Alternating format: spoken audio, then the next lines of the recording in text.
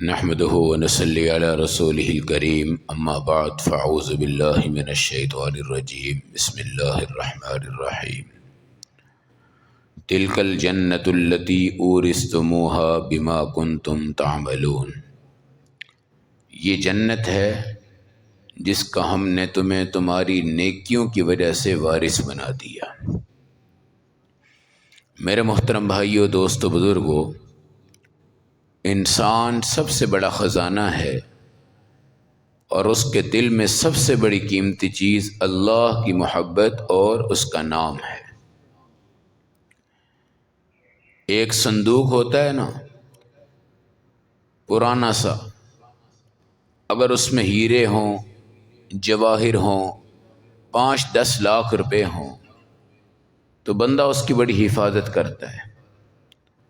شکل میں وہ صندوق پرانا بھی ہوتا ہے، بدنما بھی ہوتا ہے۔ پرانے دور میں دیکھا ہے کہ لکڑی کے صندوق بناتے تھے اور اس پہ بڑے تالے اور بڑی اس کی دیکھ بھال اور بڑی اس کی حفاظت، اور وہ صندوق خزانے کے اعتبار سے بڑا مشہور ہوتا تھا۔ ظاہری طور پہ مسلمان کچھ بھی ہو، مگر اس کے دل میں جو اللہ کے نام کا خزانہ ہوتا ہے بہت قیمتی ہوتا ہے۔ حضور صلی اللہ علیہ وسلم فرماتے ہیں کہ کبھی تم نیکیاں کرتے کرتے کرتے کرتے کرتے جنت کے اتنے قریب ہوتے ہو کہ 1 گز تمہاری جنت دور ہوتی ہے۔ ذہن یہ کہتا ہے کہ اب تو میں گیا پکا جنت میں، جیسے کوئی عالم بن گیا، نمازی بن گیا، تبلیغ میں چلا گیا، جہاد میں چلا گیا، ہجرت میں چلا گیا، دن کی نمازیں، رات کی نمازیں، توبہ بھی، صدقہ بھی، استغفار بھی۔ مگر شیطان ایک وقت آتا ہے اس کے ذہن میں کہ بٹھا دیتا ہے کہ اب تو پکا جنتی ہے، فکر نہ کر۔ ہمارے نبی نے فرمایا کہ اچانک اس سے ایسی برائی ہو جاتی ہے کہ وہ جنت کے بجائے سیدھا جہنم میں چلا جاتا ہے۔ اور کبھی گندا ہوتا ہے، زنا کار ہوتا ہے، شرابی ہوتا ہے، سیاہ کار ہوتا ہے، بدبخت ہوتا ہے۔ اپنے ذہن میں اس نے یہ سوچا ہوتا ہے کہ میرا تو جنت میں جانا ممکن نہیں ہے۔ اس سے اس کی جہنم 1 گز دور ہوتی ہے اور وہ بالکل جہنم کے اندر جا رہا ہوتا ہے۔ اچانک میرا اللہ اس سے کوئی ایسی نیکی کروا دیتا ہے کہ وہ جہنم کے بجائے سیدھا جنت میں چلا جاتا ہے۔ تو اپنے اعمال پہ بھروسہ نہ کرنا۔ ہمارے نبی نے فرمایا جو کلمہ پڑھ لیتا ہے سیدھا جنت میں جائے گا، اس پہ جہنم حرام ہو جائے گی۔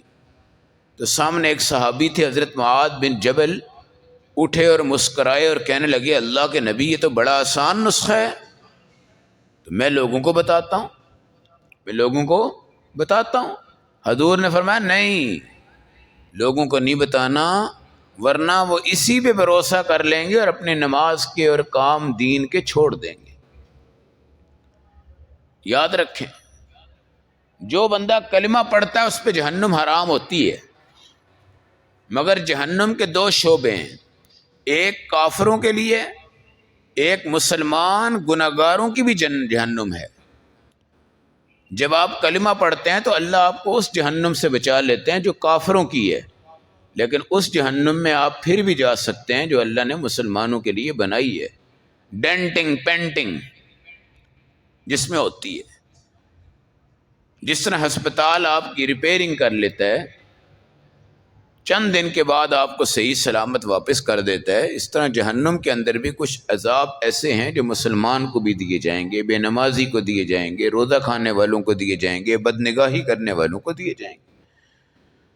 تو میرے بھائی، کوئی پتہ نہیں ہماری جنت قریب ہے، کوئی پتہ نہیں ہماری جہنم قریب ہے، کوئی پتہ نہیں ہمارے کتنے عمل اوپر گئے ہیں، کتنے عمل منہ پر مار دیے گئے ہیں، کتنے عمل قبول ہیں، کتنے عمل مردود ہیں۔ ہم بہت سی اپنی نیکیاں کاؤنٹ کر کے بیٹھے ہوئے ہیں اور ہم یہ سمجھتے ہیں کہ ہم سیدھے جنت میں چلے جائیں گے۔ صحابہ کہتے تھے نا، کاش کہ ہم کوئی درخت ہوتے کہ ہمیں جانور کھا لیتے، ہمارا حساب ہی نہ ہوتا۔ حضرت عمر کہتے تھے میرا ایک پاؤں جنت میں ہو اور دوسرا اٹھا کے میں نے رکھنا ہے تو مجھے پھر بھی ڈر رہے گا کہ پتہ نہیں وہ بھی جنت میں آتا ہے کہ یا اللہ جہنم میں چلا جاتا ہے۔ یہ صحابہ کے حالات ہیں۔ اس لیے کوئی یہ بھی نہ سمجھے کہ میں پکا جہنمی ہوں، کوئی یہ بھی نہ سمجھے کہ میں پکا جنتی ہوں. یہ ڈاما ڈول کام ہے، اس پہ بڑے اٹیک ہوتے ہیں، بڑے حملے ہوتے ہیں. اور یہ جو پیر اور فقیر آج کل آپ کو بنا بیٹھتے ہیں کہ جناب ہم تمہیں جنت میں لے جائیں گے، ان کا تو اللہ بیڑا غرق کر دے. حضور نے صحابہ سے کہا کہ اپنے عمل کر کے آنا، اے فاطمہ اپنا عمل کر کے آنا، اپنی نماز پڑھ کے آنا، میں سفارش کروں گا. اور پھر حضور نے کہا کہ میری سفارش لأہل الکبائر، کبیرہ گناہ والوں کے لیے ہوگی، کیونکہ باقی جو صغیرہ گناہ ہوتے ہیں وہ تو چھوٹے موٹی نیکیاں آپ کریں گے تو انشاءاللہ ختم ہو جاتے ہیں. آپ وضو کرتے ہیں، آپ سلام کرتے ہیں، آپ استغفار کرتے ہیں، آپ درود پڑھتے ہیں، آپ اللہ کا نام لیتے ہیں، تو چھوٹے گناہ تو اللہ ویسے ہی پاک کرتے ہیں. حضور کی سفارش کبیرہ گناہ والوں کے لیے ہوگی، اور یہ ہے کہ جس کی حضور نے کر دی سفارش، وہ سفارش کبھی رد نہیں ہو سکتی. اس لیے میرے بھائی، یہ جنت کے دروازے کھلے ہیں، جہنم کے دروازے بند ہیں، خوب قسم کی سجاوٹیں ہیں. جنت اپنے آنے والوں کی مشتاق بھی ہے، منتظر بھی ہے. آخر عشرہ، میرے نبی علیہ السلام کی خوشی کے لمحات، آپ کے صحابہ کے خوشی کے لمحات، آپ کی ازواج مطہرات کے خوشی کے لمحات. یہ خوشی تھی کہ میری امت کی بخشش ہوگی، میری امت کی مغفرت ہوگی، میری امت کو اللہ معافی نامہ عطا فرمائیں گے، میری امت کو اللہ چمک اور دمک عطا فرمائیں گے. آخر عشرے میں قدم رکھنا بھی ہمارے اللہ کا ہم پر بہت بڑا رحم ہے.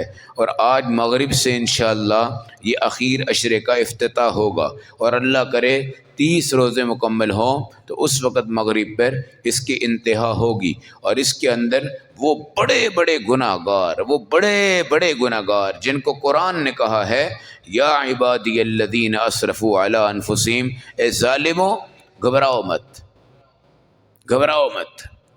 ہم یہ بڑا فتویٰ کس دیتے ہیں کہ یار تو بہت ہی بڑا گناہ گار ہے، تیری ہمیں کوئی توقع نہیں ہے.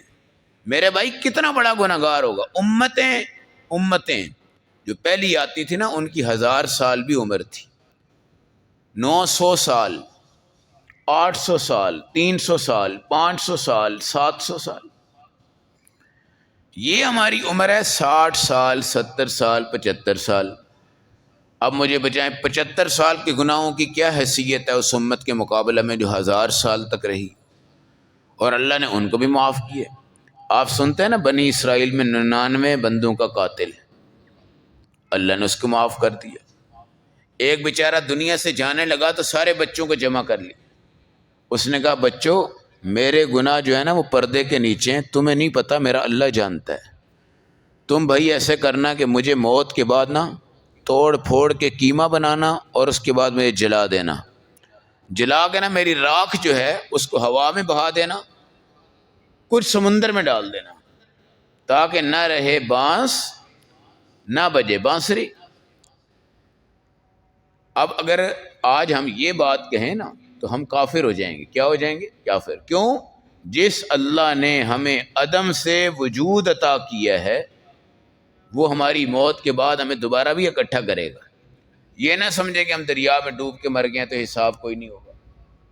یہ جو ہم قبر بناتے ہیں نا، یہ قبر کوئی فرض نہیں ہونی چاہیے. یہ قبر تو آپ کی اور میری عزت ہے، میری اور آپ کی عزت ہے.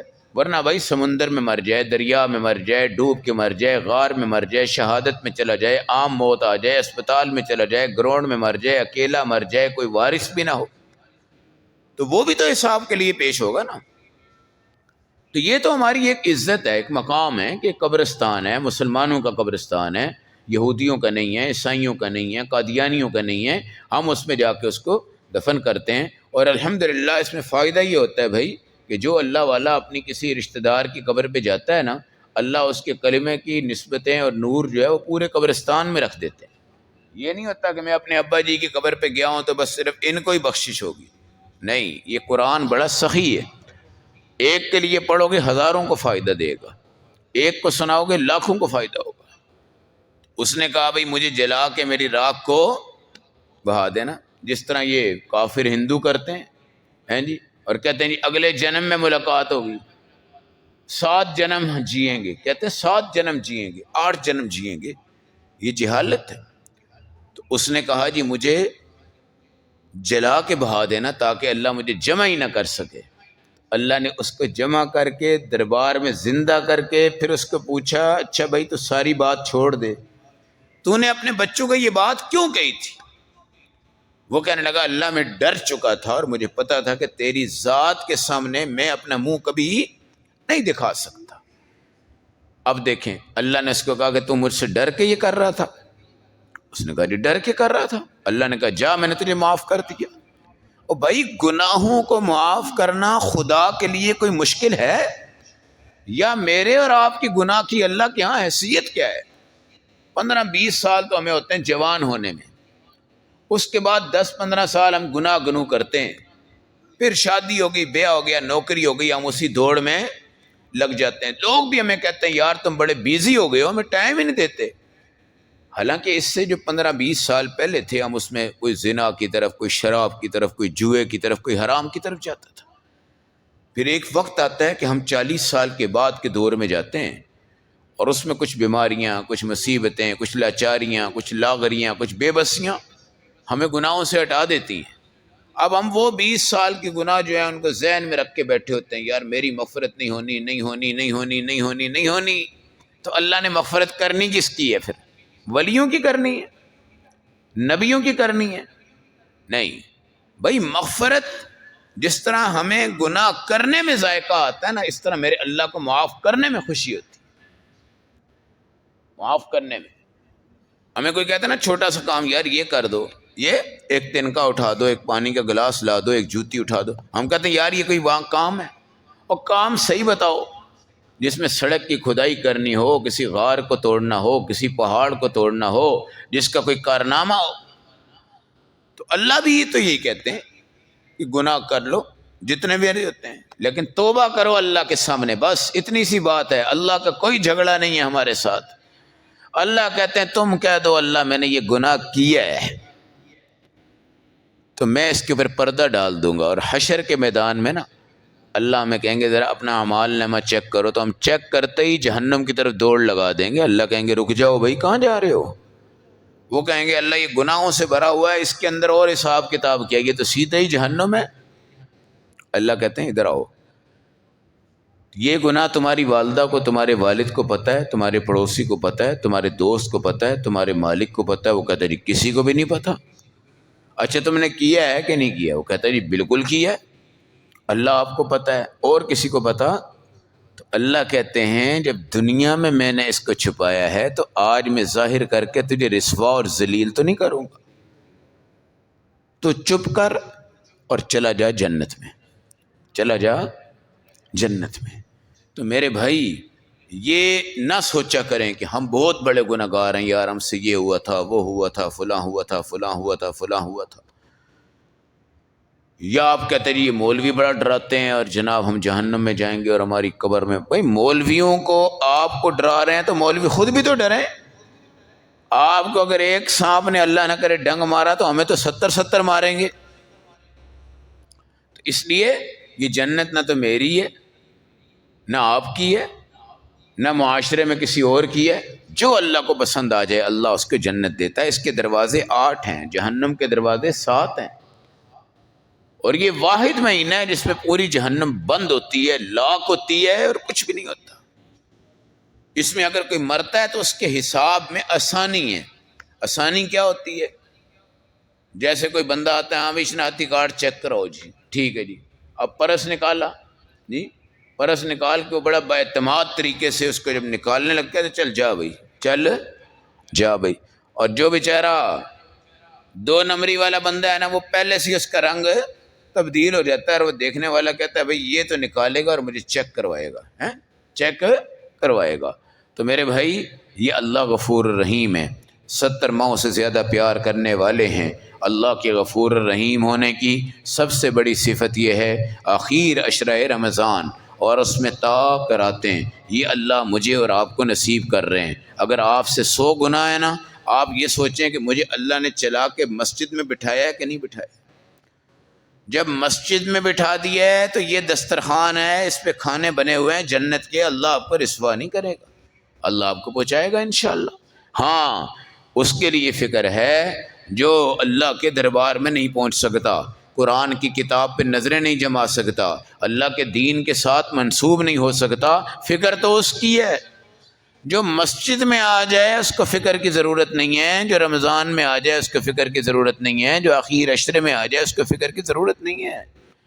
فکر کی ضرورت تو ان گناہ گاروں کی ہے جن کو سمجھانے والا کوئی نہیں، اور جو دل میں پھنسے ہوئے ہیں، اور جو مسجد پہ، دین پہ، طلباء، علماء، قرآن حدیث، کسی کے ساتھ ان کا تعلق کوئی نہیں۔ تو میرے بھائی، مسجد میں آؤ گے تو دھل جاؤ گے، مسجد میں رہو گے تو پاک رہو گے، مسجد میں آؤ گے تو مسجد سفارش کرے گی، مسجد میں آؤ گے تو نمازیں سفارش کریں گی، مسجد میں آؤ گے تو لیلۃ القدر آپ کی سفارش کرے گی، مسجد میں آؤ گے تو اس کا گردہ بھی آپ کے لیے جنت ہے، اس کی صفیں آپ کے لیے جنت ہیں، اس کا پانی آپ کے لیے جنت ہے، اس کی نماز آپ کے لیے جنت ہے، اس کی نیند آپ کے لیے جنت ہے، اس میں رہنا آپ کے لیے جنت ہے، یہ 10 دن آپ کی پکی پکی پکی جنت ہے۔ اگر یہ کہیں کہ جس دن سے میں پیدا ہوا میں آج تک زنا اور شراب اور سود پہ ہوں تو کوئی بات نہیں، تو کوئی بات نہیں، کوئی مسئلہ نہیں، کوئی اتنی بڑی بات نہیں، میرا اللہ موجود ہے، اب میں آ جاؤں اللہ کے دربار میں، آئندہ کی زندگی میری کیا ہے اور آپ کی کیا ہے نہیں؟ ماشاء اللہ یہ بزرگ بیٹھے ہوئے ہیں، ہم میں سے ہو سکتا ہے میری 1 دن کی ہو، آپ کی 5 سال کی ہو، 10 سال کی ہو۔ یہ کہیں جی میری ابھی 100 سال پڑی ہوئی ہے تو یہ جھوٹ ہے۔ یہ 70 سال والے کہیں جی میری ابھی 70 پڑی ہوئی ہے، یہ بھی جھوٹ ہے۔ یہ کہیں جناب میری ابھی 50 پڑی ہوئی ہے، یہ بھی جھوٹ ہے۔ بھائی میرے، یہ کہنا چاہیے کہ کوئی پتہ نہیں یار کہ یہی نماز ہے، اس کے بعد نہیں ملنی، تو کوئی مسئلہ نہیں ہے بھائی، کوئی مسئلہ نہیں ہے، اپنے اللہ سے صلح کر لو۔ حدیث میں آتا ہے کہ جب بندہ توبہ کرتا ہے تو اوپر کے فرشتے چراغاں کرتے ہیں، اور وہ کہتے ہیں کیا ہوا؟ وہ کہتے ہیں ایک بندے نے اپنے اللہ سے آج صلح کر لی ہے، ایک بندے نے اپنے اللہ سے آج صلح کر لی ہے۔ تو عشرہ اخیرہ ہم سب اس پہ اللہ کا شکر ادا کریں اور اس میں شامل ہو جائیں اور اپنے رب کے حضور آ جائیں اور اللہ کے دربار میں بیٹھیں اور اپنے سارے گناہوں کی فہرست اکیلے تنہائی میں بیٹھ کے کھول ڈول کے پیش کریں اور بار بار کہیں اللہ یہ گناہ میں نے کیا ہے، میں نے کیا ہے، میں نے کیا ہے، یقیناً میں نے کیا ہے، اللہ تو اس کو معاف کر دے۔ اللہ کہتے ہیں میں اس کو مٹا دیتا ہوں۔ اچھا جو فرشتے ہوتے ہیں بڑے غیرت مند ہوتے ہیں، گناہ گار کے گناہوں کو تو دیکھ رہے ہوتے ہیں نا، ان کو یاد ہوتا ہے، ان کو یاد ہوتا ہے۔ اللہ کے نبی کی حدیث اتنی پیاری ہے کہ اللہ کہتے ہیں میں فرشتوں کو بھی ان کے گناہ بلا دیتا ہوں، فرشتوں کو بھی ان کے گناہ جو ہے نا بھلا دیتا ہوں اور میں ان کو مٹا دیتا ہوں۔ یہ جو کرپشن کیس ہوتے ہیں ہمارے ہیں جی، جس میں ٹیمپرنگ کی ہوتی ہے، جناب اس کی جگہ یہ لکھ دیا، یہ کر دیا، وہ کر دیا، ان کے پکڑنے کے اندر بھی عدالتوں کو سالوں سال لگ جاتے ہیں۔ ہمارے بادشاہ کرپشن کر کے باہر کے ملک چلے جاتے ہیں نا، پھر آتے ہیں جاتے ہیں، آتے ہیں جاتے ہیں، جناب ایک ڈرامہ ہوتا ہے اور لوگ اس کے اوپر بڑا سرچ کر رہے ہوتے ہیں، اس کو ڈھونڈ بھی رہے ہوتے ہیں، اس کو لکھ بھی رہے ہوتے ہیں، یہاں یہ ہوا، یہاں یہ ہوا، یہاں یہ ہوا، لیکن کسی کا کام نہیں چلتا۔ ہم بھائی کرپشن کر بھی لیں، گناہ کر بھی لیں، امانت میں خیانت کر بھی لیں، اللہ کے سامنے آ کے کہہ دیں یا اللہ میں معاف کر دے، اللہ ان کو مٹا ہی دیتے ہیں۔ کوئی بندہ اس ادارے میں ایسا نہیں ہے جو اللہ کے معاف کرنے کے بعد ہماری کسی کرپشن کو، جرم کو، گناہ کو دکھائے کہ نہیں بھائی نہیں یہ ہوا ہے۔ اللہ کہتے ہیں نہیں، یمحو اللہ ما یشاء ویثبت، جس کو اللہ چاہے مٹا دیتے ہیں، جس کو اللہ چاہے ثابت رکھتے ہیں، اللہ مٹا دیں گے انشاءاللہ، اللہ ان کی ایسی اور تیسی کر دیں گے، اللہ اپنے بندے کو چمکا دیں گے، اپنے بندے کو صاف کر کے رکھ دیں گے۔ اور جس ٹائم صاف کرنے والا کوئی چیز صاف کرتا ہے نا، ایک چھوٹا چائے کا داغ بھی ہو نا، آپ ڈرائی کلین والے کے پاس ہوتے ہیں، بھائی یہ کیا مسئلہ ہے، لیکن اللہ کی صفائی کے بعد، اللہ کی صفائی کے بعد کوئی مجرم ایسا نہیں ہے جس پر جرم کے نشان باقی رہیں، جس کے کپڑوں پہ جرم باقی رہے، جس کی آنکھوں پہ جرم باقی رہے، جس کی کسی اور چیز پہ جرم باقی رہے۔ اس لیے میرے بھائی کوشش کر لیں آخر عشرے کو شروع ہونے سے پہلے پہلے ہم اللہ سے توبہ کریں، اپنے سودی اکاؤنٹ بند کریں، اپنے حقوق العباد میں کسی سے معافی مانگنی ہے تو بھائی معافی مانگ لیں، کسی کا قرض دینا ہے دے دیں، نہیں دینا اس سے مہلت لے لیں، صاف ہو جائیں، شفاف ہو جائیں، اپنے اللہ کے دربار میں آ جائیں۔ یہ مزے ہی مزے ہیں، چسکے ہی چسکے ہیں، ذائقے ہی ذائقے ہیں، یہ جنت کی خوشبوئیں ہیں، جنت کے پھول ہیں، فرشتوں کی آمین ہے، موج ہے، بہار ہے، زبردست قسم کے موسم ہیں، عالمی جشن ہے، عالمی سیل ہے، سیل میلہ ہے۔ سیل میلے میں آؤ، اللہ کے سامنے جھکو، اللہ کے حضور آ جاؤ، گڑ گڑا جاؤ، گناہوں کا اعتراف کر لو، صرف اپنے اللہ سے کنیکشن جوڑ لو، تمہاری موجیں ہوں گی، مستیاں کریں گے انشاءاللہ، ذائقے لطف لذتیں آئیں گی۔ ساری زندگی پورے گناہوں 83 سال 4 مہینے کے گناہ اللہ اس عشرے میں انشاءاللہ ہمارے معاف فرما دے گا۔ اور 83 سال 4 مہینے یہ رکھے کیوں ہیں؟ کیونکہ یہ امت جو ہے نا اس سے پہلے ہی دنیا سے چلی جاتی، 50 55 58 48 47 45 60 61 62 63 65 70 75۔ اور آپ نے کبھی غور کیا ہے کہ 83 سال 4 مہینے کے اوپر والا بوڑھا جو ہوتا ہے اس میں گناہ کرنے کی طاقت ہی کوئی نہیں ہوتی ہے جی، اس میں گناہ کرنے کی طاقت کوئی نہیں ہوتی۔ بے شک حکیم کہتے ہیں آؤ بھائی ہم تمہیں جوان بنا دیتے ہیں، وہ بھی کوئی 70 سال کے بوڑھے پہ زور لگا سکتے ہیں۔ 80 85 والا جو ہوتا ہے نا اس کے بعد جوانی کی امید ہوتی نہیں ہے۔ تو میرے بھائی 83 سال رکھا ہے، 83 سال 4 مہینے کے ہر قسم کے گناہ اللہ تمہارے معاف کرے گا۔ اب بندہ کہے جی میں اگر 85 سال کا ہوں یا 90 سال کا ہوں تو بھائی اس میں کوئی گناہ اس سے نہیں ہوتا انشاءاللہ۔ اور حیا کرتے ہیں اللہ اس بات سے کہ میں ایک بوڑھے کو عذاب دوں، بوڑھے کو عذاب دوں۔ اس لیے اعتکاف ہو سکے اس میں آ جائیں، نفلی اعتکاف ہو جائے اس میں بیٹھ جائیں، کچھ بھی نہیں اپنی عبادات کریں، کچھ وقت رات کے اوقات میں اللہ کی مسجدوں میں گزارنے کی کوشش فرما لیں۔ اور یہ موقع آپ کو آج مغرب سے پہلے کا ہے، آج مغرب سے پہلے کا ہے۔ سوچنا اس میں نہیں ہوتا، دین میں سوچنا نہیں ہوتا، دین میں داخل ہونا ہے، بعد میں اس کے ثمرات آپ کو ملتے ہیں۔ تو بعد میں بندہ یہ نہ کہے ہو یہ مغرب بھی گزر گئی، یار میں پہلے بیٹھ جاتا، سنت اعتکاف ہو جاتا، یہ ہو جاتا، وہ ہو جاتا، فلاں ہو جاتا۔ تو آج یہ مسجدیں آپ کو یاد کر رہی ہیں، اخیر عشرہ آپ کو یاد کر رہا ہے، میرے حبیب آپ کو یاد کر رہے ہیں، اور امت کے تمام گناہ گار آ کے سمٹ جائیں اللہ کے دربار میں۔ اللہ ہمیں عمل کی سمجھ کی توفیق دے اور اعتکاف مسنون بیٹھنے کی اللہ ہم سب کو توفیق عطا فرمائے۔